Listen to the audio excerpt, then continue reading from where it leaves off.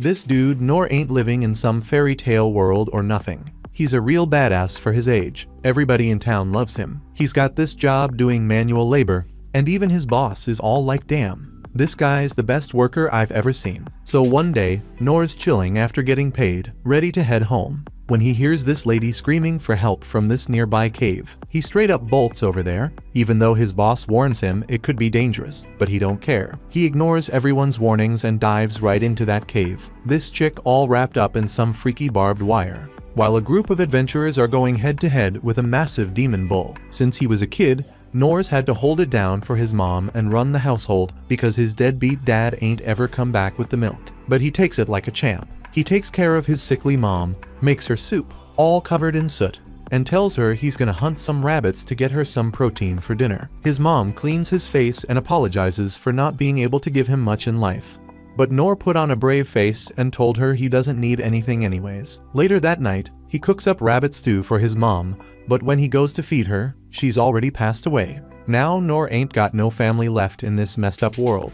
He buries his mom outside the crib and decides he can't be weak and cry about it. He starts living on his own, taking care of the garden, hunting game, and looking after them farm animals. He cleans his room like a boss and studies hard. He works out by catching wild fish, hauling heavy shit up the mountains, and eating protein like it's going out of style. One night, feeling all alone, he climbs up on a chair, pulls out this old dusty storybook, and starts reading it. Takes him back to when his family was still together, and his pops used to tell him tales about epic adventurers who fought dragons, learned magic from wizards, broke curses in spooky forests, and battled armies of elves. Their stories got him all hyped because his pops always said adventurers have to protect the weak and make sure they're safe. That shit inspires him to do something meaningful with his own life. The next day, after taking care of his animals, he gets ready to leave home and head to the city to become a freaking adventurer. He spends the night in the forest, chilling by a campfire, and by morning, he rolls up in the dope-ass city of his kingdom.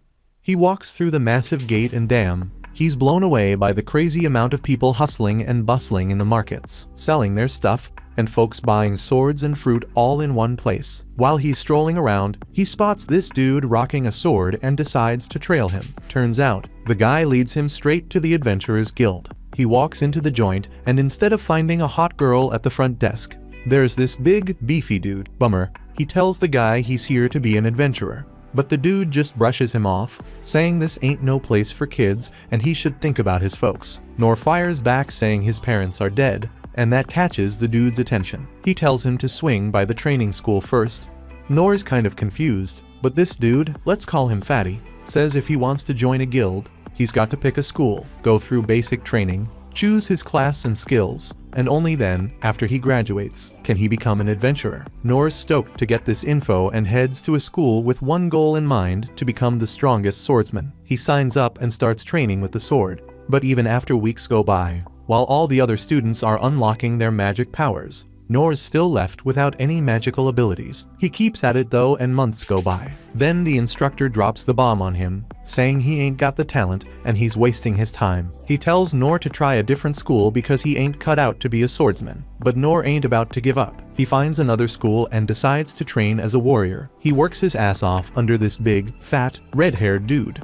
But even after intense training for months, the red-haired dude tells him he ain't got what it takes, just knows how to parry attacks. So, he tries out different schools, first as a hunter, but he gets the boot. Then he tries being a thief, but they reject him because he sucks at it. Next up, he gives magicians a shot, but even that's a fail. Finally, he tries his hand at healers, but no dice. He heads back feeling like a total letdown. Fatty's shocked to hear that Nor spent all that time at different schools and didn't learn a damn thing. He tells him, unfortunately, there's nothing he can do to become an adventurer. Nor's bummed out but decides he ain't gonna admit defeat.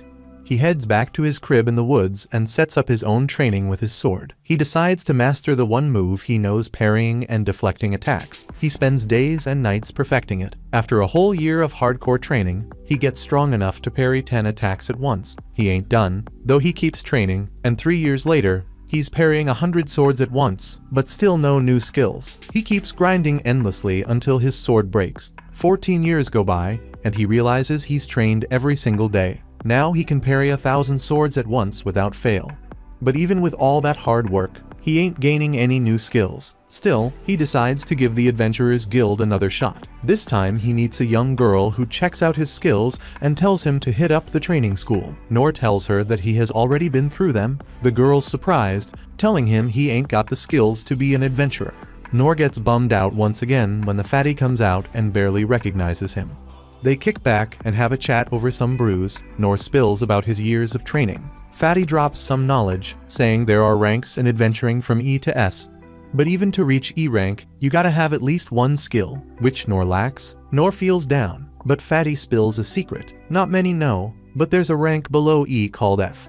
F-rank adventurers have some limitations, though they can't take kill quests or venture into the forests outside the city. They're stuck doing odd jobs in the city, like grunt work. It ain't exactly glamorous. Surprisingly, Nor jumps on the opportunity and finally gets his adventurer's license. He starts hustling odd jobs in the city, hauling heavy stuff, tracking down lost cats, and keeps training every damn night. He even takes care of elderly folks, cooking up meals for them. While doing all this, he keeps training and finds joy in being an adventurer who can help folks. Now we're back in the present. A massive bull comes stomping toward the adventurers and smacks the leader with an axe, sending him flying into the wall. Nor rushes to check on him, only to find out the guy's dead. He peeks over and sees the bull skewering the rest of the crew, taking them out like it's nothing. Then the beast locks eyes on the white-haired girl. Without a second thought, Nor springs into action. He chucks a rock at the bull to divert its attention, then bolts, but the monster's fast and closes in on him. Nor realizes he can't outrun it, so he spins around and parries its attack. Surprisingly, his parry's so strong that it sends the bull crashing into the wall. It bounces back, ready to attack again. But Nor keeps parrying its strikes like a pro. He knows that one slip-up means certain death. He searches for an opening, but damn, he ain't got a single offensive skill to strike back. His swords start breaking bit by bit, but the demon turns toward the girl and charges. Nor taps into his feather step ability. Boosting his speed, he appears in front of the bull and deflects its attack once more. But his own sword pays the price. He remembers his old man's words about how an adventurer defends the weak, even if it costs them their own life. So with a broken sword, he stands his ground. When the monster strikes again, Nor parries with all his might. The axe gets deflected so hard that it bounces back and cleanly chops the bull's head off before getting stuck in the rocks. The girl's completely stunned as blood splatters everywhere, and the magical jabber wire fades away from her body. Nor falls to the ground, gazing at his shattered sword, and realizes how close he came to biting the dust. The girl thanks him for saving her life and asks for his name, but Nor brushes it off, saying his name ain't worth remembering. He walks away, heading back outside. He strolls through the streets, reflecting on how he almost got taken out by a giant cow. He knows he's got to train even harder if he's gonna truly become an adventurer who can protect people. A little later, a crew comes in to clean up the mess and move the freaking Minotaur and all the poor souls who bit the dust fighting it. Princess Lindbergh feels like it's all on her, like she's personally responsible for their deaths. Right then, her knight rushes up to her and says sorry for not sticking by her side when she went into the dungeon. It's her knight's job to protect Lynn, after all. But Lynn tells her it ain't her fault. This whole thing was just a basic test to see who's fit to take the throne, so it wouldn't make sense to force her knight to tag along. Just then, another knight tells Lynn that they got to head back to the castle soon. Lord Rain wants to have a chat with her, and she already knows what that's going to be about. Back at the castle, Lord Rain just finished talking to Lynn, trying to make sense of what went down. But none of it adds up for him. The only way a Minotaur could end up in that part of the dungeon is if some magic-wielding summoned it. The knight agrees with that theory. He thinks it's got something to do with a dead merchant they found at the scene, with a ring. When they checked it out, they found out the damn ring's got some crazy pure magic stone in it. That ain't something you can just sell on the market. A Minotaur is a top-level demon, so it's not like any random rich dude can buy something to control it, and the crest on the ring says it's from the magical empire of Doritos. So Rain thinks they're behind all this crap because they've always had beef with him. But even then, the fact that they straight up tried to assassinate Lynn and didn't even bother to cover their tracks means they're trying to lure Rain into starting a war. Plus, they want control of the dungeon. But Rain's also thinking about that guide who saved Lynn. According to the reports, he whipped the Minotaur in seconds with a busted sword. And to top it off, when the castle spies tried to follow him, the dude vanished right in front of their eyes.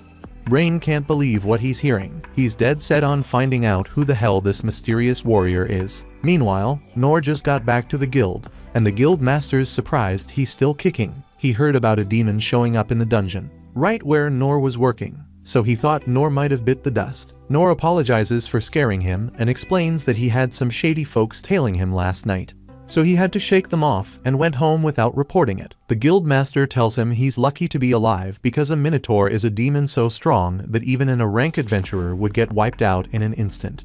Noor still doesn't realize they're talking about the same damn cow he took down, so he asks what happened to that demon. The guildmaster tells him some mystery man took care of it. Noor is oblivious to the fact that he's the mystery, so he just goes ahead and gives a report for the jobs he finished today. The guildmaster hands him his payment, but tells him he's better off getting a regular job because it pays more. But Noor don't give a damn about the money. He just wants to be an adventurer. Right then, Lin sneaks up behind Noor and says she's glad she finally found him. She apologizes for invading his privacy, but she really wanted to see him again, so she used her long-distance detection skill to track him down. Noor figures she must be a thief-class adventurer if she's got a detection skill, but Lin says she's a magician. She's got skills in all sorts of classes, even if they're just basic. The guildmaster and the other folks are starting to recognize Lin, so she asks if she and Noor can talk outside. Before he goes, though, the guildmaster grabs Noor and asks what the hell he did to get Lin looking for him. Noor says he ain't done nothing illegal, so he shouldn't be in any trouble. The guildmaster tells him to go with Lin and not do any stupid shit. Outside, Lin hides herself and Noor using one of her skills, so nobody can see them. Once they finally find a private spot, Lin apologizes again for interrupting Noor, knowing a guy like him must have a lot going on. Noor says it's all good, and Lin starts by thanking him again for what he did. She says he not only saved her life, but also countless others in the country. Noor doesn't think he deserves such high praise, considering all he did was take down a freaking cow. He even thinks Lin could have handled it herself if he hadn't shown up. He saw a bunch of knights getting slaughtered by the same cow, so Lin tries to make him understand that she would have been toast if he hadn't come to her rescue. But Noor still doesn't think he did much. He appreciates her thanks. Then Lin says she wants to give him a reward to show her gratitude. Noor tells her a simple thank you is more than enough, so she doesn't have to give him anything else. But Lin insists on rewarding him and wants her father to meet Noor too. This guy doesn't want a reward. Lin tries again, asking if there's anything she can do for him, or if she can even get him his own territory. But Noor keeps saying he doesn't want it. Lin starts crying, telling him he has to accept her gratitude, and she ain't moving until he agrees to take something from her. Noor remembers a time when he used this same tactic to get a cleric to train him. He doesn't want Lin standing here all day, so he finally agrees to meet her father. But he's still not up for any fancy gifts. Lin's happy to hear that, telling Noor to stick close to her so she can use her concealment skills to keep them unnoticed. Eventually, Noor is brought to Lin's crib, and as they enter, Lin asks for his name, which he gladly gives. But Noor still doesn't know who Lin is, so she apologizes for being rude and introduces herself as Lindbergh Clays. Dang, that's a mouthful. So she goes by Lin most of the time. Now that Noor sees the house, he realizes Lin wasn't joking about her father being loaded. No wonder the guildmaster was worried about him making a fool of himself. As they walk, they bump into In, and Lin's stoked to see her. She runs up and asks where her old man is. Inez tells her he's in a meeting with Rain, so he's busy right now. But before that, she wants to know who the dude standing there is. Lin explains that Noor is the one who saved her life. Inez says she'll lead them to Lin's father. Noor ain't never heard of a royal knight, so he assumes she's some kind of maid in the family. A maid who digs wearing armor for some reason. You can tell Inez ain't too fond of him, but he has no clue why. While they walk, they come across a dude chilling by the window. As soon as he spots them, he gets up and asks Inez what's up and who the random guy is. Inez tells Gilbert to chill with his spear since Noor is Lin's guest, and pointing weapons at guests is hella rude. Gilbert realizes that Noor must be the one who saved Lin's life, so he puts his weapon down. Inez asks him to join them in the room because she could use all the help she can get. Gilbert's got a bad impression of Noor now, and Noor can already tell this ain't gonna end well for him if things keep going like this, but he keeps walking anyway. In the freaking throne room, the king is in the middle of a meeting with Rain, and he's all pissed because Doritos ain't giving a damn about honoring their peace treaty. Rain saw it coming after the last meeting with the king of Doritos, where he straight up demanded the rights to the dungeon. That got shut down, but ever since then, the king of Doritos has been plotting their downfall. Just then, Lin and the crew roll up in the throne room, and Lin's all hyped, going over to greet her bro and pops. Inez and Gilbert kneel to show respect to the king, but Noor just keeps walking. Rain peeps that Lin's rocking the disguise cloak, meaning she must snuck outside without permission. But she says she had to because there was no other way to find the dude who saved her. The king catches on that she's talking about Noor, and Noor apologizes for showing up all messed up. But Lin was all about rushing here ASAP. He also mentions he ain't no fancy noble or nothing, so he don't know all the proper etiquette for this stuff, and he might accidentally say something rude. But the king tells him he's cool with it because it's much easier to talk without worrying about etiquette. The king extends his hand to Noor and formally thanks him for saving Lin's life. Noor says, "Thank you is enough for me." But the king can't let Noor off the hook without a decent reward, so he tells him to name any amount of cash or land he wants. But Noor still ain't interested. The king's taken aback, but he ups the ante by offering Noor half of all the treasures they scored from the dungeon. Rain thinks that's way too much for a single guy, but Noor's still like, no, not my thing. Now the king's clueless about what to give Noor since he's rejecting everything. So he goes to his throne and grabs a massive sword hanging there and offers it as a gift. Rain ain't too keen on giving away such a valuable sword, but the king's like, "It's cool, I don't use it no more, and we can swap it with a fake so nobody finds out." He hands it over to Noor, and as soon as Noor holds it and feels the weight, he knows it's worth a fortune, and he don't want to accept no extravagant gifts. But the king insists it's just something he picked up back when he was an adventurer, so it's all good. Noor finally agrees, and the king asks him to give it a test swing. Noor goes for it and swings that sword in the air, generating a crazy amount of force and blowing everyone's minds. The king gives props to Noor for swinging that sword with one hand, but he's got a favor to ask. He wants Noor to help train Lin to be an adventurer, but Noor says there's nothing he could teach someone as talented as Lin. Plus, he thinks it's up to Lin to decide if she wants to do that. After that, Noor figures it's time to head home. But before he dips, he realizes his sword's got the perfect shape to fit in them gutters he usually cleans. So he's gonna give it a shot tomorrow morning, before he can leave. Inez steps up and says she wants to chat with him first. She apologizes for her rude behavior earlier because it was completely uncalled for. But Noor's like, "I don't mind at all. Your job is to protect the Clay's family no matter what." So she's mad grateful to Noor for saving Lin's life. And to show her gratitude, she promises to have Noor's back if he ever needs help. Noor ain't looking to go back and forth about this, so he just accepts her offer and says he'll ask if he ever needs anything. Aside from that, Inez also warns Noor that he better not speak to the king so casually again, because even if the king's cool with it now, she ain't letting no disrespect slide next time. Noor says he gets it, so Inez is in a good mood and asks him for his name. And when she hears it's Noor, she seems weirdly shocked. Noor asks if I did something wrong again, but Inez brushes it off and bounces. Noor's about to bounce too, but Gilbert stops him, wanting to challenge him to a fight. Gilbert's leading Noor down a hallway, and Noor wonders where he is being taken, because he just wants to go back to work. But Gilbert surprises him and takes him to a freaking training arena for a mock duel between them. Noor's mind is blown because he hasn't gone all out in a spar since his training days. So Gilbert grabs a wooden pole for practice and drops the bomb that he's a big shot in the capital. Then he's like, "Noor, pick your weapon." Noor's thinking, "This is my chance to learn from a professional warrior." So he goes for a regular wooden sword. He knows he ain't gonna be much of a challenge for Gilbert, but he's still gonna give it his all. Gilbert makes the first move, thrusting his staff at Noor, but Noor's too slick and dodges like a boss. He can see Gilbert's moves are smooth and on point, showing mad training.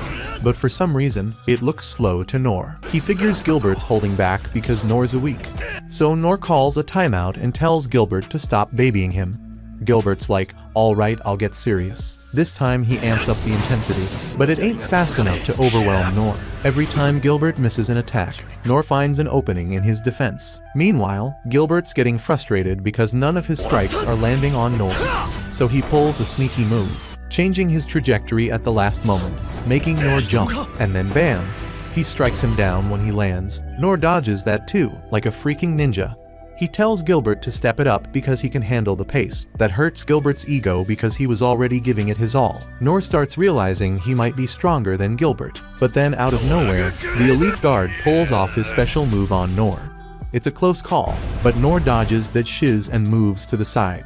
Seeing the power of Gilbert's attack, Noor immediately declares that he no longer wishes to fight. So Noor bounces from the palace, but his skills cause a freaking uproar among the other knights. They can't believe he dodged their captain's special attack. Some of them think Noor only survived because Gilbert was using a practice spear. They're like, this dude's a genius.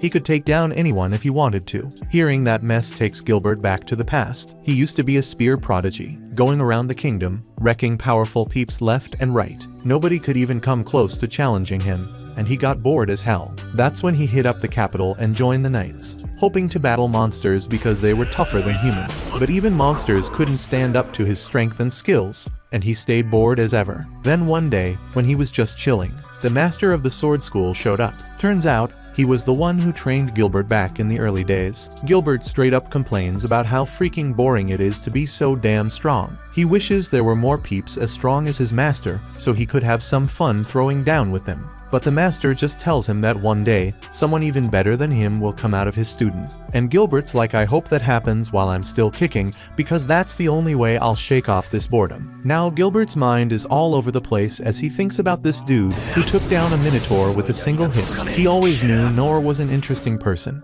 but he didn't see anything special in his strength at first. But when they sparred, he realized Nor was way stronger than he looked. When Nor tells him to step it up, Gilbert busts out his special attack, faster than the freaking speed of sound, knowing damn well nobody can survive that. But Nor dodges that shiz, and Gilbert feels like a total loser.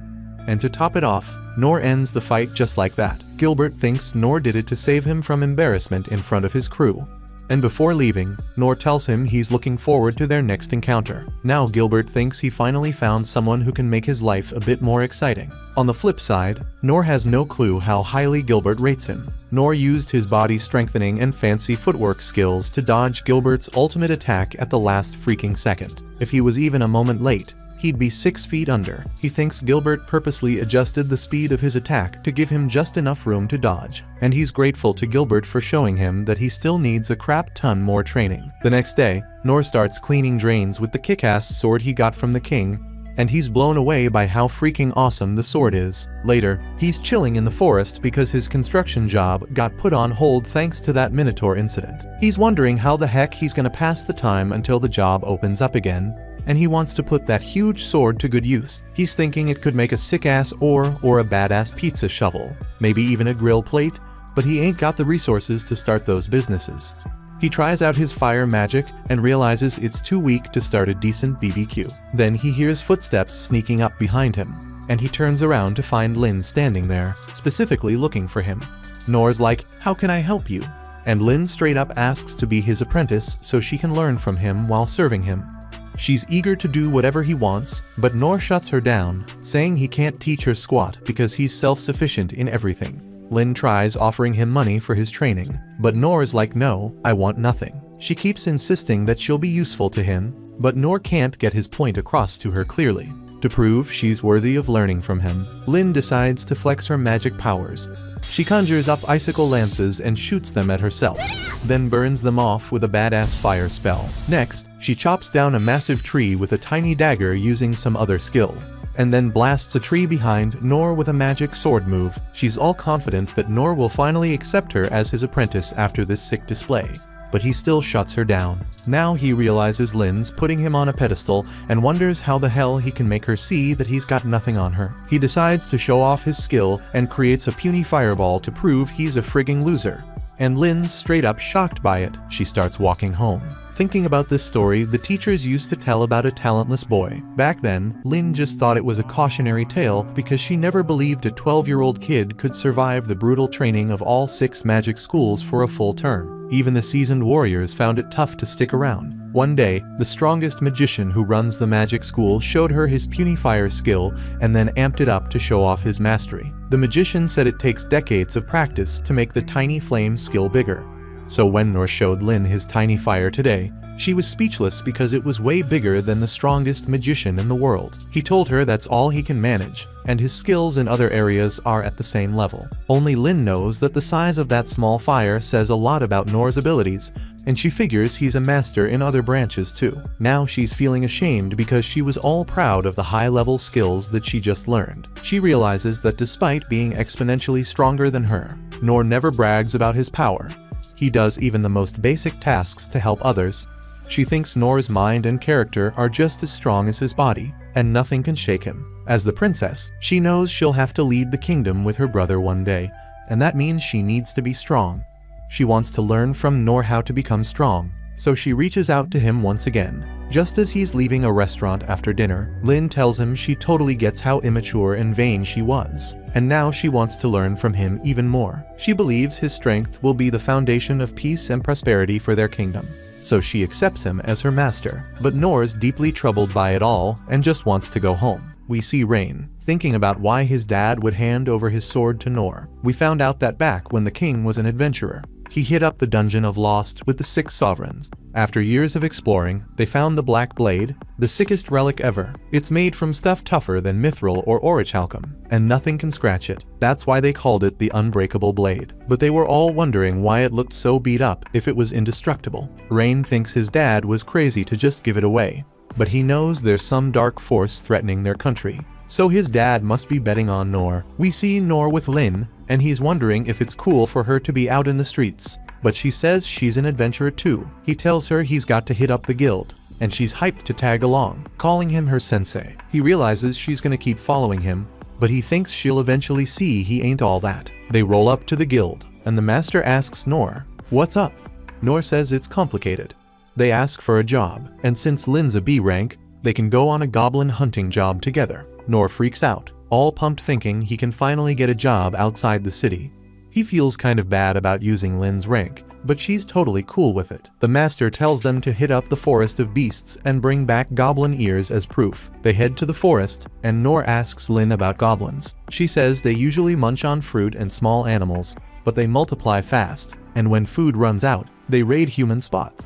So, the guild sends adventurers to keep their numbers in check, but they don't wipe them out because they're part of the forest's ecosystem. Nor's impressed by how much she knows and feels there's even less he can teach her. They go deeper into the forest, finding it weird they haven't run into any goblins yet. Lin senses something up ahead, so they check it out. When they get there, she says the presence vanished. They keep looking around and find a goblin's body. Lin uses her uncovered spell, revealing a huge, ripped goblin. Nor can't believe how big it is, but tells Lin not to sweat it since goblins are the weakest monsters. Lin spots the goblin and recognizes it as a goblin emperor, a rare subspecies of the goblin king made through some sketchy, forbidden experiments. She knows it's a major threat, but she remembers how Nor was all excited to fight goblins. She figures he saw this coming and decides to roll with him. The goblin charges at Nor, but he blocks its attacks. It starts pushing him back, but he parries again, giving Lin a chance to strike. The goblin dodges all her spells and starts hurling trees at them, but Nor manages to bat them away. Lin sees the goblin healing too fast and tells Nor to aim for the gem on its head. The goblin keeps throwing trees, testing Nor's limits. He worries he can't protect Lin, but then she blasts the trees away with a wind spell. The goblin heals up instantly, and Nor thinks there's no way he can break the gem. But he gets an idea and tells Lin to hit him with her wind blast. She warns it can knock down a castle wall and might kill him, but he tells her to blast his sword instead. The goblin gears up to attack again, but Lin uses the wind blast, pushing Nor with insane speed. He leaps up, smashes the gem, and it flies out of the goblin's head. The goblin screams in pain, and Lin grabs the gem. Nor tells her to finish it off, and she uses her Hellfire spell to burn it down. Nor can't believe how tough that goblin was, realizing he needs more training before facing another one. Rain gets a report about the Goblin Emperor, and finds out it was way bigger than a regular Goblin King. He notes the gem was a massive monostone and suspects the Magic Empire is behind it. Back at the guild, the master is proud of Nor for finally fighting a goblin, even though it was tougher than expected. Nor gives Lin all the credit, saying he just helped, but she insists it was the other way around. Nor reflects on how adventurers usually think goblins are no big deal, but he's proud of his first hunt. He talks about how strong it was and the gem on its head, making the master think it wasn't a regular goblin, but Lin agrees with Nor and calls it a normal goblin. The master asks for the goblin's ear, but they realize they burned the whole body, so they won't get paid. Rain's hearing about some weird stuff going down in nearby cities and villages. At night, folks are catching strange sounds, and animals are coming back from the woods all freaked out. Pets are vanishing, and the forests are getting eerily quiet. Rain's thinking this might be a sign of some unnatural monsters sneaking into the kingdom. He wastes no time and orders his crew to send out search parties to every spot. He also puts everyone with detection spells to work and calls for the 6 masters from each school, thinking they might need their help. Once his team heads out, Rain loses it, throwing papers in the air, wondering if the Magic Empire really wants their dungeons so bad they'd go this far. Meanwhile, Noor and Lin are out enjoying some street food with their reward money. Fatty paid them for taking down a goblin without proof, just because it was Noor's first mission. After they're done eating, Lin tells Noor she's heading home, and he's happy to finally get some peace. Just then, Rain shows up looking for his sister. He spots Noor and quickly asks him to hit up a town in the mountains the next morning. He says Lin will join him and that he'll handle all the arrangements and pay him well. Rain doesn't spill the beans on why he's sending them, but Noor agrees because Rain seems serious. The next day, Noor hops on a carriage for the first time in his life, which is a big reason he took the job. He's loving every minute of it. Lin, on the other hand, looks pretty down, and when he asks if she's not into the scenery, she just stays quiet. He turns his focus back outside, dreaming of becoming a proper adventurer and leaving the city to travel. Lin suddenly apologizes for her brother dragging him into this, but he tells her it's cool since he's getting paid. This bums Lin out even more.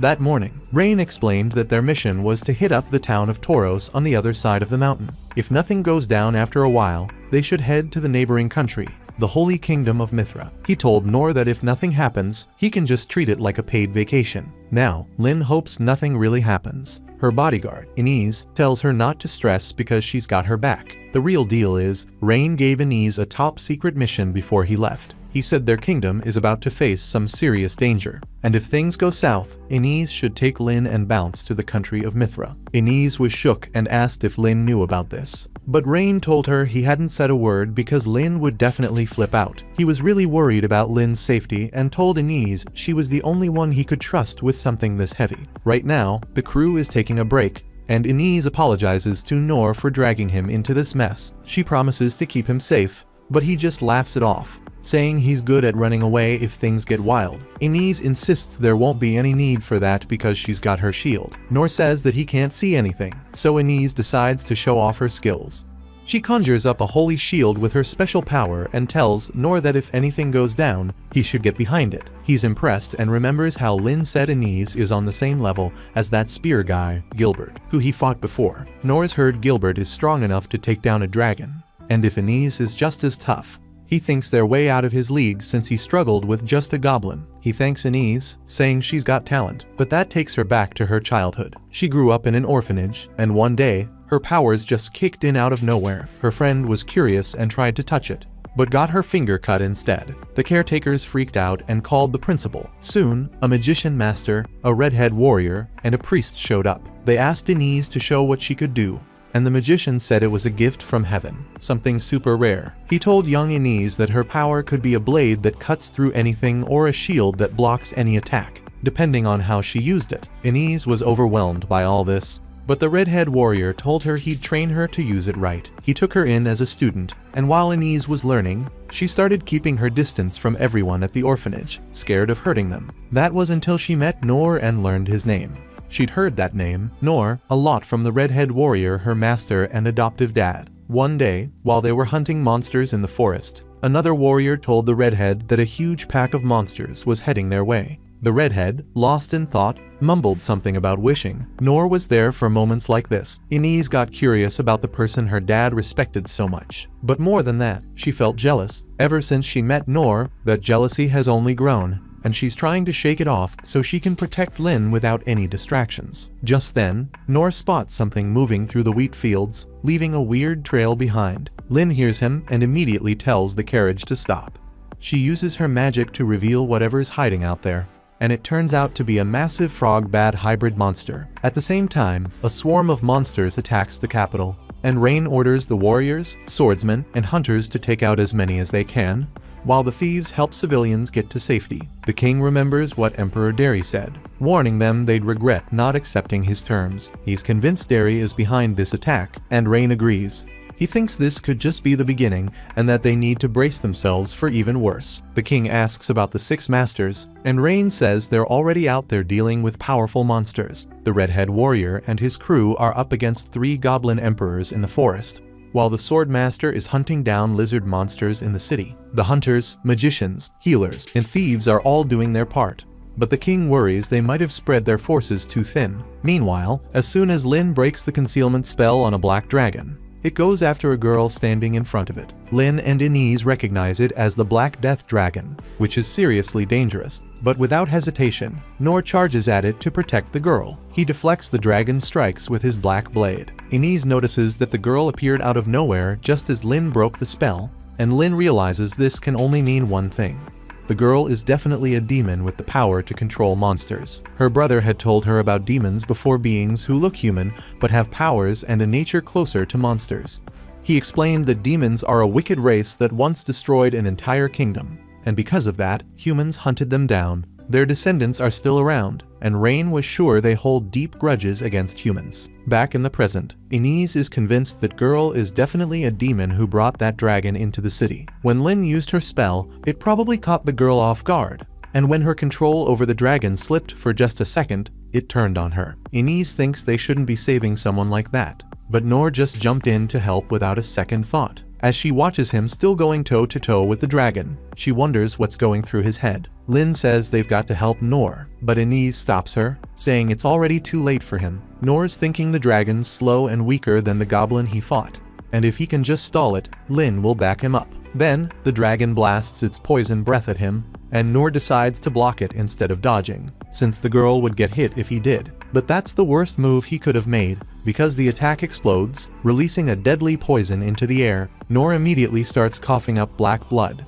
and blood starts pouring from his eyes too. He realizes he's been hit by some seriously deadly poison, and it's already too late. He's losing consciousness. He collapses, and Lin tries to reach him, but Inez blocks her with a barrier, telling her she'll just get herself killed if she goes near the Black Death Dragon. Inez creates a stronger barrier using her shields, trying to keep Lin safe until she can get out of there. Lin begs her to let her help Noor, but Inez refuses, saying her top priority is protecting the princess. The dragon fires off another round of poison breath, and Inez quickly reinforces the barrier. She tells Lin to focus on surviving, but Lin still tries using her purification magic to save Noor. Her magic isn't strong enough, though, and as the black poison spreads everywhere, Inez apologizes to Noor for not being able to save him. Suddenly, a piece of the dragon's claw smashes into the barrier, and the poison cloud clears. Noor is still fighting the dragon, even though he's been poisoned badly. Seeing him like this, Inez finally gets why the redhead warrior wanted Noor around in tough situations. She thinks he's like the ultimate shield, willing to protect others even if it costs him his life. But she doesn't think he's going to make it out alive. Meanwhile, Noor keeps parrying the dragon's attacks. He even counters the poison breath again, but leaves himself open for the dragon to strike. He blocks the hit, but that's all he can do before he falls to the ground. He touches his face, sees the poison blood, and still thinks he'll somehow pull through this time. In a far-off city, there's these kids who got demons in them, so they get locked up cause folks think they're cursed. They've got the power to control monsters, but they barely get any food. This one boy's part of that crew. He catches a beating just for looking at his master, and ends up going 3 days with nothing to eat. He can also read minds, so he knows how much folks hate him. But no matter how bad they treat him, he never thinks about striking back. One day, his master rolls up with a monster, asking the boy to use it to help the nation, promising to hook him up and treat them better. The boy can't read his master's mind cause of some magic device, but he trusts him anyway. He heads out with the monster, but when his shield breaks, he loses control, and the monster knocks him aside. He thinks he's let his people down, but he's just glad he didn't hurt anyone and wishes for a better life where he's useful and gets to eat good food. The dragon gets ready to attack, and he's made his peace, but Noor steps in to protect him. The dragon spits its poison, and Noor blocks it, but the boy still gets hit. Noor sees this, uses his healing to help him, and stops the bleeding. Noor's struggling, and the dragon fires another shot. But the boy's alright. Noor keeps fighting but eventually collapses and starts coughing up blood, still thinking it's all good. In a flashback, we see Noor in the woods picking herbs. He's sorting them out at home, but there's a few he doesn't know, so he decides to make a soup with them. It tastes good, but it's poisonous, and he barely makes it through, thanks to his low-level healing spell. He flips through his book and spots the herb It's Dragon's Ruin, the same one his mom always warned him not to touch. He tries to keep up with his training, but he's struggling, so he hits himself with some healing. When he wakes up, he feels better but realizes he's starving, so he heads out to gather some more herbs. He comes across Dragon's Ruin again and reminds himself to be careful. But then a snake bites him, and he passes out from the poison. When he wakes up, he feels good and decides to eat the snake, thinking it's pretty tasty. He even gets another snake to bite him and realizes he's building up a tolerance, hoping it might give him some new skill. He starts trying other poisonous stuff, and while he doesn't get any new skills, he finds he can eat all sorts of poisonous things without much trouble. Back in the present, he's eyeing the dragon, thinking it might taste good, and figures he's adapted to the poison. He keeps dodging the dragon's attacks and eventually breaks its claws. The boy's watching him and thinks he's amazing as he pushes the dragon back. The dragon's gearing up to go all out, but Nor blocks it head on, making the poison blow up in the dragon's face. Nor thinks it's weird there was such a big frog near the city and starts thinking it might be tasty. He checks on the boy, asking if he's out here alone. But the boy admits he was the one bringing the dragon to the city. Nor assumes the frog was meant to be food, and the boy was just delivering it fresh, using a barrier to stay hidden so he wouldn't get jumped. Nor feels bad for messing up the delivery and even offers to pay for the trouble. But the boy says it's cool. Nor is curious how the boy managed to get it that far, so the boy reveals he can control monsters. Nor just thinks that's dope and calls it a blessing from the heavens. The boy then lets it slip that he's demon folk, saying they can all control monsters, and Nor wishes he had that power to get his animals to help out with his work. The boy wonders if Nor's got a problem with him, but Nor has no idea what he's talking about. The boy explains how everyone is scared of his power, and he hates it too. Nor tells him it's a useful skill, and that he shouldn't care about what others think. The boy can't believe he could actually be helpful and starts crying, wondering if it's really possible. Nor reassures him, saying there are plenty of people who would need him. Lin rushes over, ready to treat Nor, but he says he's fine, and that he can handle poisons pretty well. However, Lin realizes it's extreme asthma, the kind that even destroys the soil. She can't believe Nor took a direct hit and is still fine. She starts thinking there's only one explanation, remembering her teacher Sane, the Sovereign of Salvation, who developed a technique that purified and healed all wounds after haunting his body and mind for 4 years. She's shocked that Nor mastered it at such a young age. Nor tells her to focus on the boy, and she instantly recognizes him as one of the demon folk, even considering killing him. She wonders what Nor plans to do with him, but he suggests they take the boy with them. Inez tries to object, and Lin reminds her what the boy was trying to do by bringing the monster. But Nor feels bad for messing up the boy's mission by killing the frog. Inez can't believe Nor thinks the Black Death Dragon was just a frog, and Nor wonders who the boy was working for. The boy says he wasn't told, and Inez can tell from his eyes that he's just a slave. She asks if he has a home to go back to, but he mentions he was blindfolded part of the way, so he doesn't know where his city is. Nor suggests giving him a ride to the nearest city, and Lin remembers her father telling her to trust her own eyes. She feels bad for seeing him as a cursed child from the rumors, instead of a boy who needs help. Nor asks the boy for his name, and they learn it's Rollo. Lin asks Inez to bring the boy along, but Inez notes that since they are headed to Mithra, the demon folk aren't allowed to enter, and if they leave him somewhere along the way, he will struggle to survive on his own. Lin's trying to figure out what they should do when suddenly, another dude shows up. The man notices that Rollo messed up his job of delivering the frog, and since he seems to know about the delivery, Nor asks the man if he is the one who ordered Rollo to do this. The man says it wasn't him. He is just Psalm Eon who was hired to take out Rollo and aid the progress of the mission. He asks Nor if he is the one who killed the frog, and Nor confirms that it was him. And he apologizes since he still thinks the frog was meant to be eaten. But the man tells him that he doesn't care about the frog. He was just hired to get Rollo. Nor misunderstands this to mean that the man is here to pick up Rollo, and he's not wrong. But the man's intentions are nowhere near innocent. In the next moment, the man disappears and appears behind the group. Nor parries his attack, but he is confused as to why the man attacked out of nowhere. And the man realizes that Nor isn't going to be an easy opponent to beat, so he takes a step back and calmly asks Nor if he would be willing to hand the boy over to him without a fight. Rollo is apparently worth a lot of money, but only as a corpse. So since Nor obviously isn't going to just let him kill Rollo, the man strikes again. Nor is still having a hard time understanding why the man would want to kill Rollo. So the man explains that he could also bring Rollo back alive, but his client would still murder him anyway. So why go through all that trouble? If anything, he thinks he is doing Rollo a favor by ending his life quickly.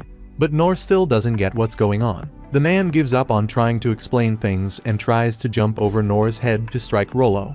But Nor manages to keep up with him and knocks the assassin back. breaking his dagger in the process. Both Nor and the assassin are moving so fast that Lin can barely keep track of them.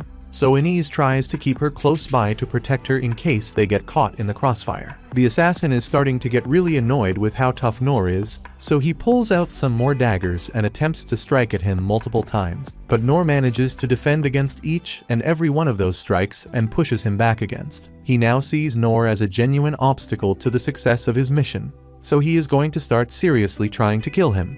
He dashes forward at an insane speed and attempts to stab Nor in the face. But Nor once again manages to parry the attack, although it sends him flying backward. Once Nor regains his footing, he remarks that it is incredible that someone can generate that much force in a single strike with such a small knife. The assassin is surprised Nor was able to block a serious attack from him, and furthermore, he even shattered another one of the assassin's daggers, and the assassin thinks that he is really interesting. He pulls out another dagger and dashes in to attempt to overwhelm Nor. But despite his best efforts, Nor is still holding his ground. However, at this rate, Nor isn't going to be able to last much longer while protecting Rollo, as he can't keep up with the assassin's attacks based on instinct alone. The pressure from their fight is so intense that Inz had to put up a shield so that Lin won't be in danger of getting caught in the chaos.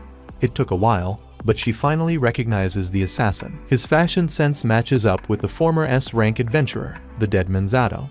A while ago, Inz walked into a meeting with all the sovereigns, and she was curious about some old documents she found. It's about a target that was declared to be officially dead, but she doesn't recall ever seeing anyone going to deal with this person. The sovereigns tell her that it's better to leave that mission alone and just declare the target dead, because actually going after him would be too much of a challenge. The target was Zato, who became an S-rank adventurer at a young age, but his actions led him to become a wanted man. However, he is too strong for any of them to be willing to risk going after him. So they decided to just leave him alone as long as he is not causing trouble in the kingdom. Gilbert was interested to learn more about Zato, since he is apparently strong enough to have the other sovereigns scared to fight him.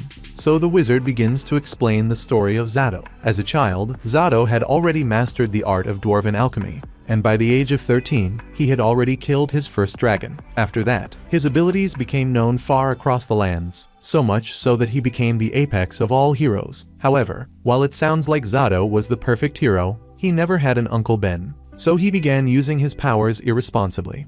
For instance, he once murdered 36 members of a merchant family, and it's almost unheard of for an adventurer to kill ordinary people. So there was a motion to strip Zato of his adventurer's license. However, while on the one hand he did kill a bunch of people, on the other hand, the dude could one-shot a dragon, so they weren't willing to risk making an enemy out of him. Ultimately, the matter of Zato's punishment was postponed, and he faced no repercussions. Zato is someone who will accept any job, no matter how evil or depraved it may be. All he cares about is the money he gets paid. In fact, he once literally destroyed an entire country at the request of a client. He killed every member of their army and then slaughtered the entire royal family. Therefore, in order to prevent any further casualties, the guild decided to pretend he has already been killed so that no one would risk attacking him again. Back with Zato. It has just lost another dagger, and he is upset because he has almost used up his entire collection in this fight against Nor. Nor apologizes for ruining all of Zato's daggers, but he says Zato is partially to blame for attacking out of nowhere like this. Zato says it's fine since he wasn't looking for an apology, but he still thinks it is really strange that his daggers keep breaking since they are all made of orchocum and dragon tusk, and they should make it practically indestructible. Furthermore, he has a lot of questions about the sword Nor is using because it is unlike anything he has ever seen before. He decides that it's better to play it safe for today. So he uses his trump card and throws his ultimate weapon into the air. As he does so, it begins to glow red. And in a flash of red light, Unlimited Blade Works has been activated. There are thousands of blades now all pointed straight at Nor, and no matter how many of them Nor manages to destroy, Zato can always just make more of them. Nor tries his best, parry all the crosses, but there are simply too many of them, so he is forced to let himself get stabbed in order to protect Rollo. Inez realizes that there are too many crosses being thrown at Nor, so she wants to go help. But before she does, she stops herself because her mission is to ensure that Lin makes it to safety, so she shouldn't leave Lin's side for any reason. However, after giving it some more thought, she decides to go help Nor after all. As Nor continues to struggle against the barrage of countless crosses, he realizes he won't be able to counter the incoming attack. so he braces himself for the inevitable stabbing. However, to his surprise, In steps in at the last second and stops the crosses with her shield. Her mission may be to protect Lin, but she also realizes that Nor is far stronger than her, and by extension, having him around would greatly improve Lin's chances of surviving any threats they come across. So she refuses to let him die here. She uses some of her shields to attack Zato, and Nor is really impressed. But while it's certainly keeping him busy, it doesn't look like any of her attacks are ever going to touch Zato. Yuta's crosses are managing to evade Enise's attacks, so she asks Nor if he can help her out a little. She can handle their defense for now, but she doesn't have the speed necessary to take down Zato, which is why she needs Nor to do it. Nor isn't sure he can handle blades that are moving this fast. But then again, he has managed to hit birds that move faster than this, so he might be able to pull it off. He picks up one of the broken claws from the frog and tells Inez that he has an idea. So on his signal, he wants her to drop the shield that she put directly in front of him. Nor gives the signal, and Inez drops some of the shields to give him a clearing to attack. With a couple of dragon scales in his hand, Nor activates his physical enhancement and stone throw abilities, and the combination basically turns his arm into an anti-aircraft missile launcher as the claw fragments destroy all the crosses headed their way. Nor still has plenty of ammunition, so as he reloads, he asks Inez to drop the shield again, and he proceeds to destroy even more of Zato's crosses. It looks like they are making steady progress against him. But while she wasn't paying attention, Zato sneaks up behind Inez and nearly stabs her straight in the eye. But at the last second, Nor successfully parries the attack, breaking yet another one of Zato's daggers. That attack looked like it was really close, but for Nor it was barely a challenge to block it. Zato can't believe Nor is able to react to his attacks that quickly, and that he managed to break a dagger made of adamantite. Nor once again apologizes for destroying such a valuable dagger. But it's still Zato's fault for attacking first. Zato says he doesn't need an apology, but he needs to make up for all the money he lost on those destroyed daggers. He tries attacking Nor again, but Nor successfully blocks and breaks another dagger. Zato asks Nor how he keeps managing to see through all his attacks, but Nor can't really explain his methods. He just kind of knows how to react. Zato feels like there has to be some secret behind Nor's power, but he will have to find out some other day because for now he's done. After all the blades Nor destroyed, Zato is going to have to go through a lot of effort to recover the mithril needed to replace them all, and he doesn't want to lose any more blades, so he's going to give up on collecting the reward for Rollo. He was also going to head over to the kingdom since he heard there's something interesting going on over there, but he put a hold on that as well. Inez asks him what he means by something interesting at the kingdom, but Zato doesn't know the details. He just knows that it is going to be really extravagant. He calls over to Rollo and tells him that he is lucky Nor is here because no matter what kind of attack he tries, Nor is always one step ahead of him. He even tries going for one last sneak attack, but predictably Nor blocks it with ease. Zato won't be able to complete his mission while Nor is around, so he takes a step back and just teleports away with his magic. Nor breathes a sigh of relief now that Zato is gone. But Lin has some concerns about the event that is apparently taking place at the capital. Nor asks if she wants to head back to the capital if she is so curious about what's going on. But as soon as he mentions the royal capital, Rollo starts to shiver in fear. Before he was tasked with transporting the Black Death Dragon, he heard his captors talking about how a terrifying monster was going to be sent to the capital, one that would make the Black Death Dragon look like a tiny frog. Hearing this, Lin says they need to hurry back to the capital immediately because the situation is more dire than she had initially thought it was. She asks Nor if he is willing to come with her back to the capital, and Nor is fine with it. But Inez tells them that they can't go. She's about to tell Lin about the order she got from Rain, but Lin already knows about it. Rain had told her that she should escape with Lin if anything ever happened in the capital. Lin didn't hear it from him directly, but she knows how Rain thinks, so she is well aware of what he would want. But she can't accept the plan for her to be the only one to escape. That means the kingdom would still be in danger while she escaped, and she can't let something like that happen. This is the exact same thing that happened to the demon folk when their homeland was destroyed. So if Lin doesn't do anything now, it will surely suffer the same fate. Inez eventually agrees to go back, but she wants Lin to promise not to leave her side. Rollo says he will go too since he feels partially responsible for the incident, so he wants to help resolve it. Nor pats Rollo on the head for being so responsible, and Lin notices the profound look on Nor's face, so she thinks he must be having a deep moment of self-reflection. But in reality, he He is just regretting the fact that he never got to taste the poison frog. Back at the capital, the city lies in ruins, but thanks to the efforts of the 6 sovereigns, they have managed to hold their ground. The problem now is that Rain doesn't know where the next attack will be coming from. It could be from the north, the south, or maybe even above, but according to the reports, there have been no sightings of flying beasts nearby. That may be what the reports say, but Rain notices something up in the sky, so he casts an uncover spell, and to his horror, he finds a dragon looming over the city, and it's not just any dragon either, it's a dragon of calamity. The story rewinds, and we see Nora's Pops dropping some knowledge on him about dragon slayers. He breaks it down, saying when a dragon's up to no good, it's called an evil dragon.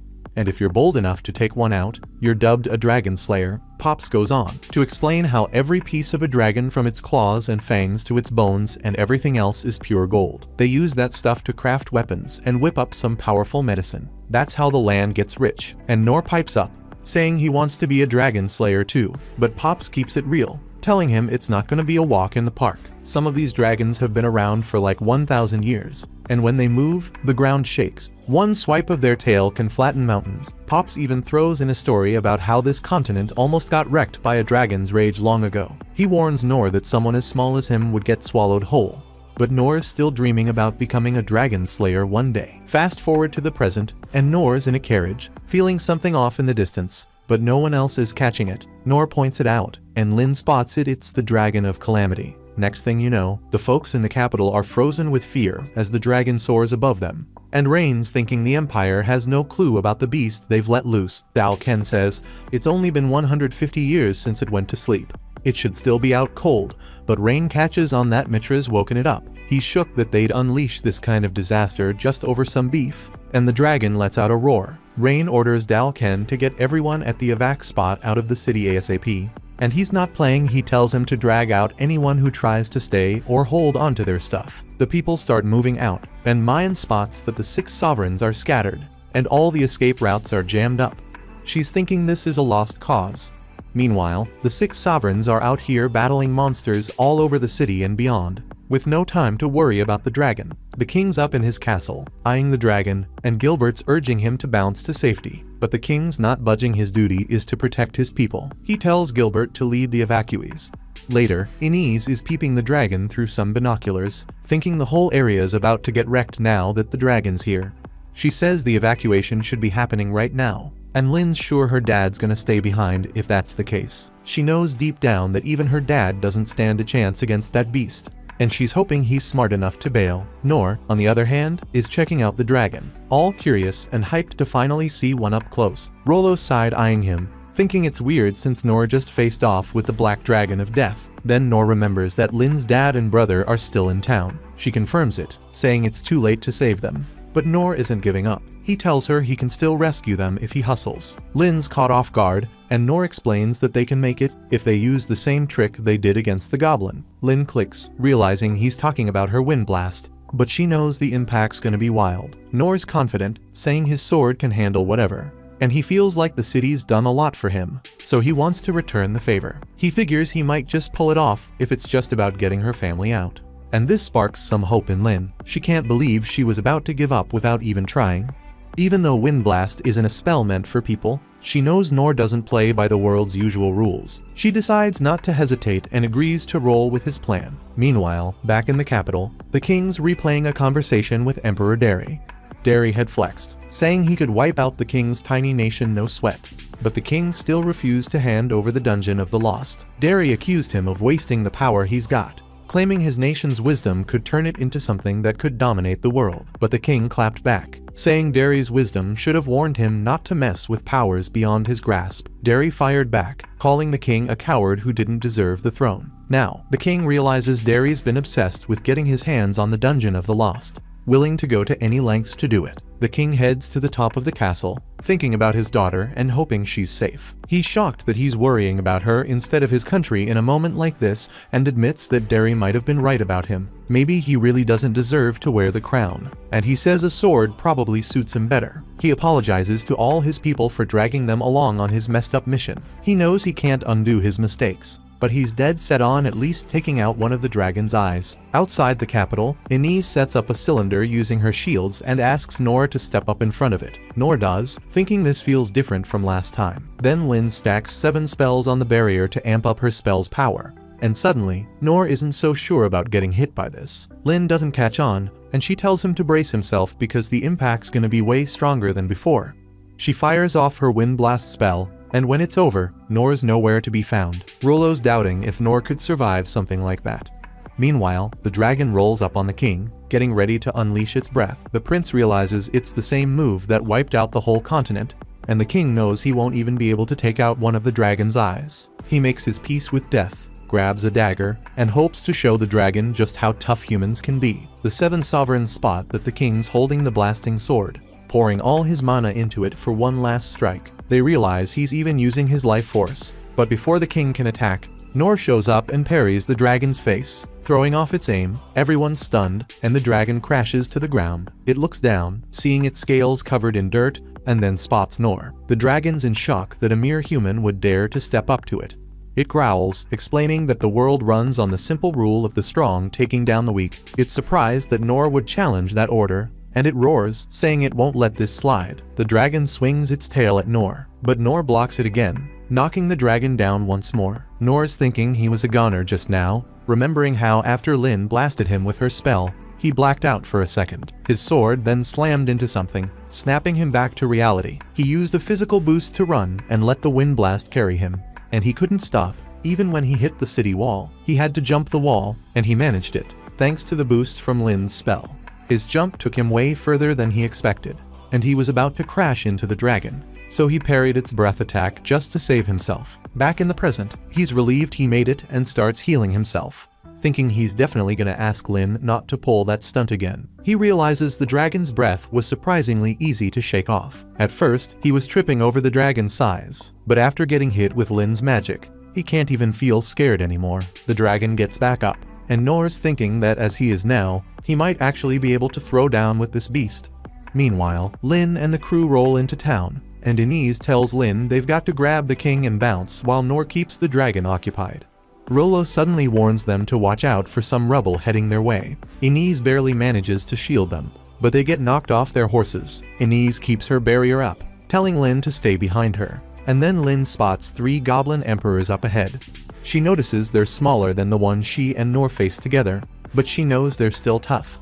She's thinking about how to handle them, wondering what Nor would do in this situation. Then she tells Inez there's no need to trip, they're just goblins. Inez agrees, saying compared to the Dragon of Calamity, these goblins are nothing. They decide to stay cool and take care of the goblin emperors. The monsters charge at them, ready to attack, but Lin fires some ice lances at them, which don't do much. Then, at the last second, Rollo commands them to stop, giving Lin an opening to cast a spell and freeze the monsters.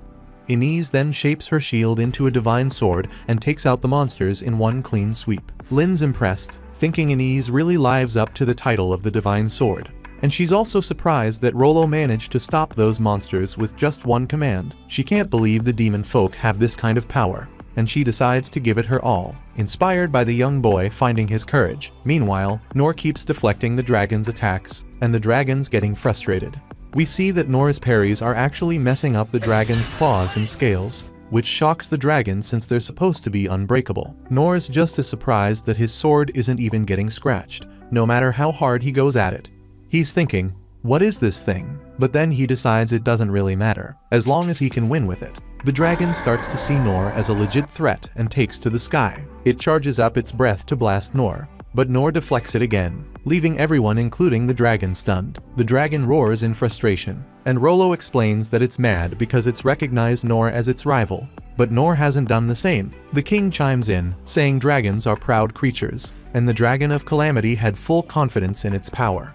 But now it's starting to doubt itself. The dragon, now thinking it was the weak one all along, goes in for one last attack, but Nor parries again and slices off one of the dragon's claws.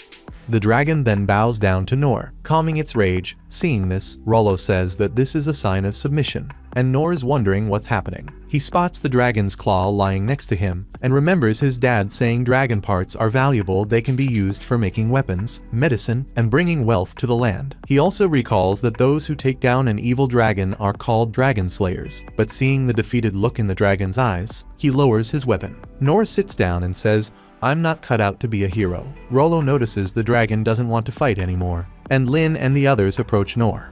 Then we see Nor thanks Rollo for calming down the dragon, but Rollo insists he didn't do anything. Nor starts wondering why the dragon suddenly stopped fighting. He asks Rollo to send it home, but Inez is ready to finish it off for good. Lin sides with Nor and tells Rollo to give it a shot and send the dragon home. Rollo isn't too sure he can pull it off, but he steps up and tries to communicate with the dragon. Turns out, the dragon's ready to follow orders from whoever its master is, and Nor is amazed that Rollo can actually control it. He asks Rollo to send it home and tell it not to cause any more damage. The dragon agrees, takes off, but just when it seems like things are wrapping up, an energy blast nails the dragon, and it crashes down. We see Derry in the distance, watching it all go down, and he reveals the dragon was his pawn. Derry's pissed the capital is still standing, but he decides it doesn't matter as he calls in his army. His plan was for the dragon to tear up the capital, then have his magic soldiers and cannons wipe out what's left, but a dude named Randy tries to warn him that it's a bad move. Derry's not having it though, kicks Randy aside, and brags that their mage tech is unstoppable. Derry's already writing history in his head, planning to blame the kingdom's greed and dungeon mismanagement for their downfall, while painting the Empire as the saviors stepping in to free the people from their useless king. Meanwhile, Nor and the crew head toward the dragon, but spot the Empire's army too. Derry sees them and recognizes Lin and Inez. He knows Inez has a rep with her divine shield, but he figures she's no match for his cannon, so he orders his men to fire. Inez tells Lin to fall back, and as the blast comes at her, she realizes she can't block it, but Nor jumps in front and deflects it. Derry's confused, wondering what just happened, and orders his men to fire again. Nor is trying to figure out why the Empire's army is even there, and Inez tells him they're planning to destroy the kingdom. Lin sees they're seriously outnumbered, even with their army, and Inez tells her they need to fall back. The next attack hits, and Inez blocks it with her shield.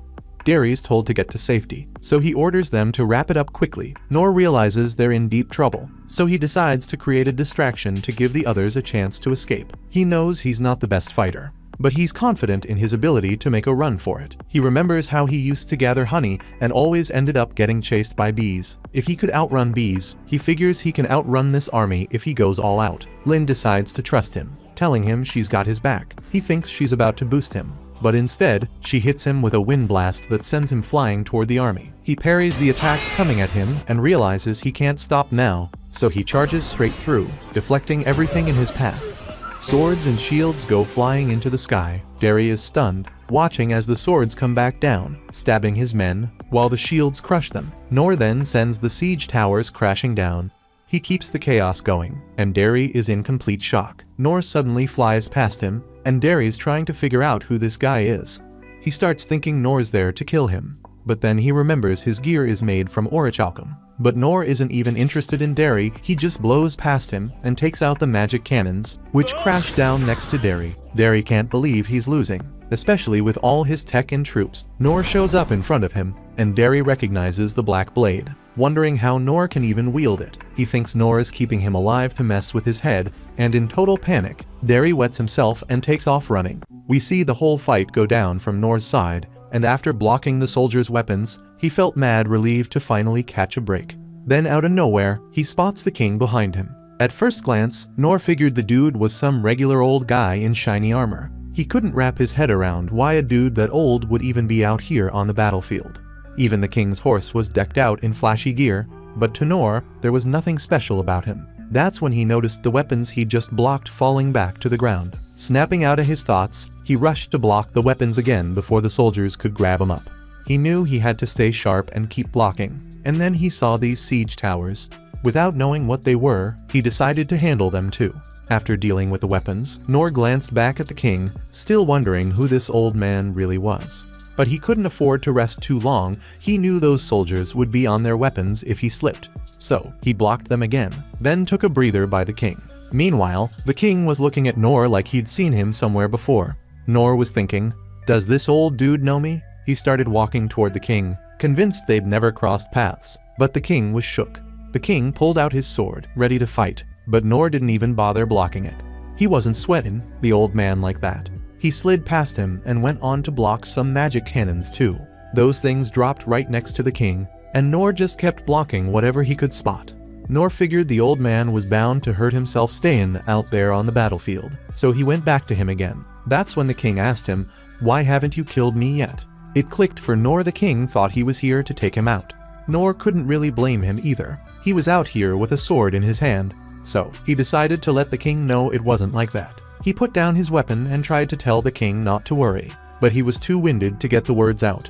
Instead, he threw the king a smile, hoping it would calm him down, but the king misunderstood that smile, thought it was some kind of threat, and took off on his horse in a panic. Nor starts feeling the wear and tear from all that fast movement across the battlefield, and the next thing he knows, he's coughing up blood. The soldiers from Mitra surround him, and he's thinking, I pushed it too far. He knows there's no way his low-level healing spell is gonna fix this much exhaustion, and the soldiers keep closing in. He starts thinking this might be it for him. He's about to pass out, and all he can hope for is that Lin and the crew get away safe. But then, out of nowhere, the soldiers get hit by a long-range attack, and Nor recognizes that move it's Mayan's skill. Gilbert jumps in next, dropping his Dragrave skill, taking out the soldiers crowding Nor. Nor's happy to see him, but his brain's too foggy to remember dude's name right.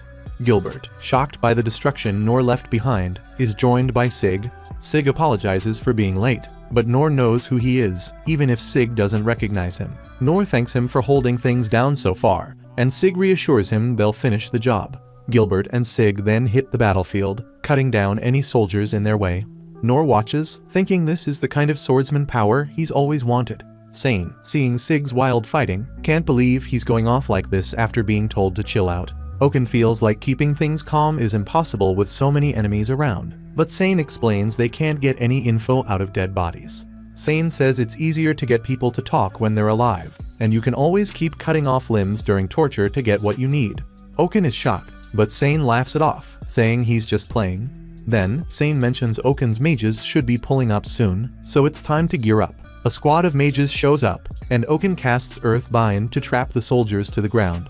Dandalg's forces charge in, and Sane notices that Oken's having the time of his life. Oken, loving the fight, decides it's time to wrap it up. He traps the soldiers in a massive stone cage, and Sane realizes it's his turn to step in. He makes it his mission to save the survivors and give them a shot at turning things around. Nor is surprised when he sees that all the instructors who used to teach him are there, and he's happy to see them again. Some of the instructors recognize Nor too, and afterward, Lin heals him. He thanks her, and she tells him to rest a little longer, but he says he's fine now. He starts thinking about how hungry he is, and then Sig tells everyone that a commanding officer confessed under Sane's interrogation, saying that Mitra doesn't have any more troops. They threw everything they had at them, but their emperor seems to have escaped. Oken is surprised that the old emperor joined the battle, and he thinks it was a foolish move for someone who calls himself a wise ruler. He wonders if the old man is losing his mind, and Nor realizes they're talking about the man in the shining armor. Oken is surprised Nor knows him, and Nor explains that he met him a while ago, and he was wearing shining armor. Even his horse had the same armor, and they were hard to miss. Oken realizes that the armor must have been orichalcum, and he explains that it's a high-grade material that supports a wide range of skills. He thinks it makes sense that the Emperor escaped so quickly if his horse had that armor, and Sig mentions they won't be able to go after him if he crosses the border. Sig explains that there's a fortress and a bridge over a ravine there, and Oken thinks they have no chance of catching up to him using normal means. Oken says it might be possible if they could fly, and Nor suggests they might be able to do that. Everyone is shocked to hear this, and Nor mentions it would only be possible if that creature is still alive. Afterward, they head to the place where the dragon fell, and both Oken and Sane are amazed to see such a magnificent creature up close. Sane thinks it's the first time he's been asked to heal something so big. He starts healing the dragon, managing to restore its body, but it takes a little more time to heal its internal injuries. While healing up, Sane tells Nor he's leveled up a lot, and Oken's trippin' when he finds out this dude is Nor. Nor says it's been a minute since he's seen both of them too, and he's low-key shocked Oken's still kickin'. Oken feels some type of way about that, and he flexes, saying he plans on living another 100 years. Nor's thinking he's gotta be jockin', but the old man's dead serious. Then he asks Nor if he's really cool with healing this beast, and Nor tells him to chill cause they got Rollo with them. Oken checks with Rollo, asking if he's sure he can handle it, but Rollo's shaky with it, which gets Oken worried. Nor calms him down, saying it's all good, and that's when the dragon wakes up. Nor tells Rollo to start vibing with it, and the dragon lets out a big roar. Nor peeps that it's mad, and Rollo's shook that Nor can read it so well. Nor says growing up in the mountains taught him to pick up on the dragon's mood, and Rollo breaks it down that the dragon wants revenge. It's waiting for Nor to give the word, and Oken's caught off guard by how much control Rollo has over the dragon. Rollo tries to clear it up, saying the dragon sees Nor as its master, not him. But before he can finish, the dragon roars again, and Rollo says it's ready to roll out. Nor tells everybody who's catching a ride to gear up, and Lin and Inez step forward. Nor's surprised they're coming too, and they explain that Rollo has to ride since he's the only one who can talk to the dragon, and they're gonna have his back. Lin asks if Nor's not rolling with them, and Nor really ain't feeling it cause he's scared of heights. But he knows this whole thing was his idea, so he can't bail now. He tells Lin he's down to go, and Lin's hyped, saying it'll be like having the strength of 100 men. Sane chimes in, saying he's coming too since he's gotta watch his patient till the end, and then Karu shows up. Karu's Trina roll with them too, and Nor is pumped to see another one of his teachers. Karu says they're gonna need a stealth move to ride something that huge, and he's the one who's got it covered. Oken wants to roll with them too, but Sane tells him to stay back and watch over his stone cage, so he has no choice but to hang back. King Clays and his son show up next, and Lin's relieved to see they're both safe. They're just as glad to see she's okay too. Inez then asks Rain to punish her since she went against his orders. Rain tells her it's cool, saying it was his bad for giving such a dumb order in the first place. He's just happy she made it back, and he adds that he'll be riding the dragon too since they'll need someone to negotiate. They all hop on the dragon, and the king puts Rain in charge of making the calls, hoping Nor will watch over his kids. Nor agrees to help out, and the king apologizes for asking so much of him.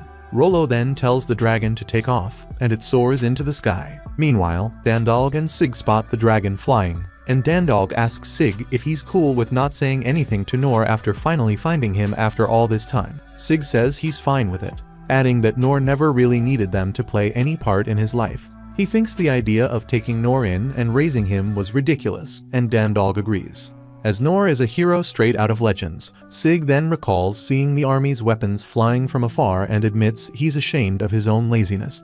He realizes he shouldn't have wasted time thinking he could train others and decides to retrain himself instead. Dandalg thinks it's funny how Sig seems pretty happy for a guy who's ashamed, and Sig says it's normal, considering the show Nor just put on for them. Dandalg nods in agreement. We then see Nor and the crew looking for Derry, but they can't seem to find him. They wonder if he's already crossed the border and notice a bridge up ahead. Karu explains that the land beyond that bridge is under the Empire's control, and he warns them not to rush in without thinking. He suggests they turn back and leaves the final decision to Rain. Before Rain can make up his mind, Lin spots something moving fast on the bridge, and they realize it's Derry. Karu notices they're getting close to the capital's defenses, and if they step into that territory, there's no way they're making it out in one piece. He explains that they're hidden for now, but the magic that's keeping them covered is gonna wear off as soon as they realize they're there. Rain's aware of this, but he's dead set on not letting the Emperor slip away. He figures Mitra has access to some serious magical tools, and if they let him escape, he's gonna use those to boost their military power. Rain's not about to give Derry the chance to make that happen. Inez then asks Rain and Lin if she can just wipe out the whole area. When Lin hears this, she thinks Inez must be pissed after what went down in the capital. Inez suggests it'd be smart to take out the fort's defenses ahead while they've still got the chance. Rain gives her the go-ahead, and Inez unleashes her divine sword on the fort. With Karu's help, she wipes out the entire place in seconds, thinking this should secure their way out. Rain's pleased with the outcome and tells Lin that what they do next is going to decide the war's direction. He mentions they're going to keep chasing the Emperor until he hits the capital, then asks if she's ready for it. Lin's cool with it and figures everyone here is packing power way beyond the norm. She knows she's got nothing to worry about as long as they're around, and she's even more confident with Nor on their side. She thinks he's probably planning something big as they speak, but then we see that Nor's so scared of heights that he's passed out. When the Emperor finally makes it back to the fort, thinking he's safe now, that fear he's been carrying turns into straight-up anger, remembering how bad he got clowned. As he's walking past his officials, they hit him with, Why you covered in mud and smelling like piss? The emperor starts blaming all his soldiers for not being able to win, even with all that high-tech gear they got. Before he can finish going off, one of the officials spots something out the window. The emperor looks up, and that terror creeps right back in as he sees the Dragon of Calamity heading straight for the Empire. He's confused though, thinking, how's this thing still alive? That laser beam should have finished it. Then it hits him, it must be Saint Sane who brought the dragon back. But even if they revived it, there's no way it should be coming after him unless someone's controlling it. That's when he turns around and asks where the beast tamer he hired is. The official tells him Master Lude already bounced, and the emperor starts thinking Lude betrayed him. He throws a fit, and Randius steps in, trying to calm him down because all that yelling won't solve anything. But the emperor ain't trying to hear it.